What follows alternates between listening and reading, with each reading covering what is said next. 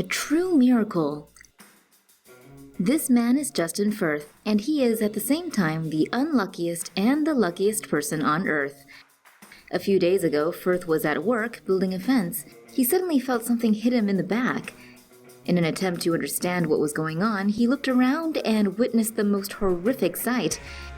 A 40-pound hay bale spear was literally coming out of his stomach and sticking into the ground. The spear was attached to a nearby loader when, for an unidentified reason, it suddenly fell and pierced through Firth's back. He did not feel any pain and couldn't see any blood coming out of the front, surprisingly lucid and clear-headed.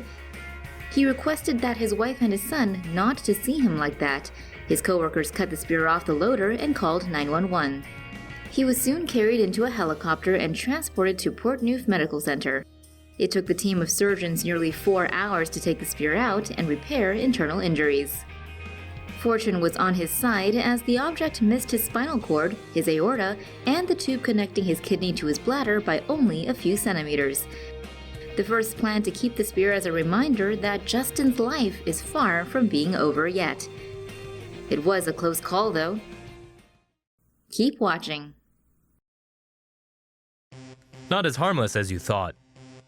Doctors in London are warning against the dangers of Nerf guns after at least 3 people suffered serious injuries from getting hit in the eye. Nerf guns are toys that shoot soft foam projectiles. Official replacement bullets are widely available, but generic ones are cheaper. They're also harder and have more potential to cause injury. Nerf video tutorials abound online, with some giving instructions on how to modify the toy gun to make it shoot faster and farther. Patients who were hit in the eye with Nerf projectiles reportedly complained of blurred vision and pain.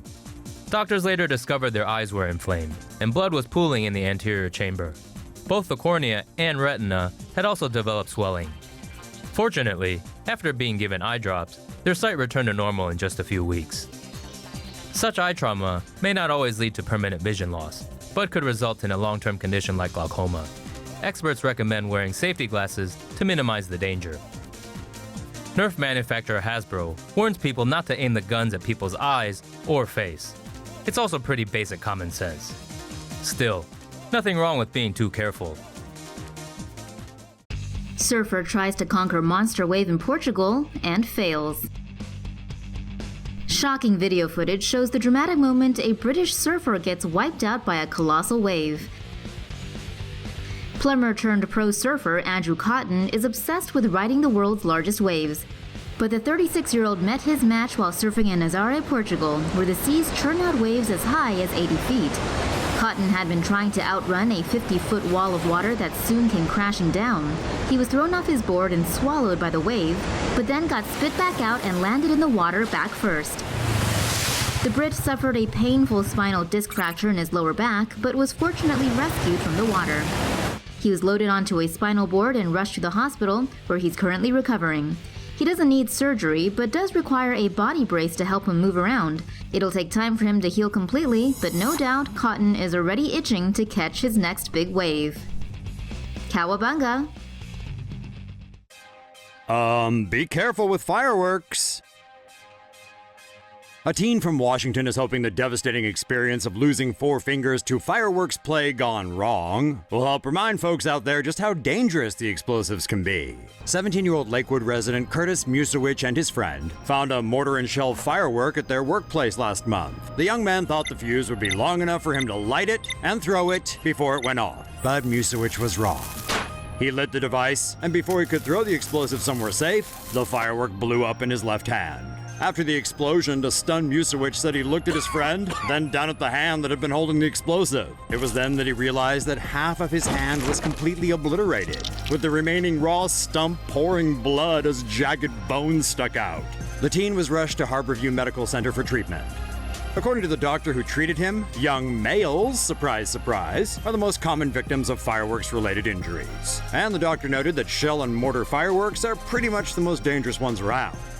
With the 4th of July holiday now in full swing, Musowich says his tale should serve as a pretty clear warning to be wary of the sparkly explosives. Play nice, China. The U.S. has filed a formal complaint with China after pilots in Africa were targeted by unauthorized Chinese laser activity. The U.S. military's Camp Lemonnier base is located in Djibouti, just a few miles from China's first overseas naval base, which was opened last year. According to a Pentagon spokeswoman, 2 pilots on a C-130 cargo plane were beamed with high-powered lasers while landing at the U.S. base, resulting in minor eye injuries. Similar incidents had also been reported in recent weeks. Citing intelligence sources, IHS Jane's Defense Weekly reports that the Chinese Navy is suspected of using the laser weapons at their base or on a ship offshore. Reports from American pilots indicated that the lasers were of military grade and originated from the Chinese base on at least 3 occasions. The U.S. has also requested an investigation on the incidents, though Beijing has yet to respond. Chinese military observers did tell the South China Morning Post it's possible the lasers were being used to scare off birds or spy drones and may not have been targeting the pilots at all. Right. Watch out, gym rats. A Brazilian gym fanatic was left paralyzed from the neck down after she fell doing sit-ups at the gym.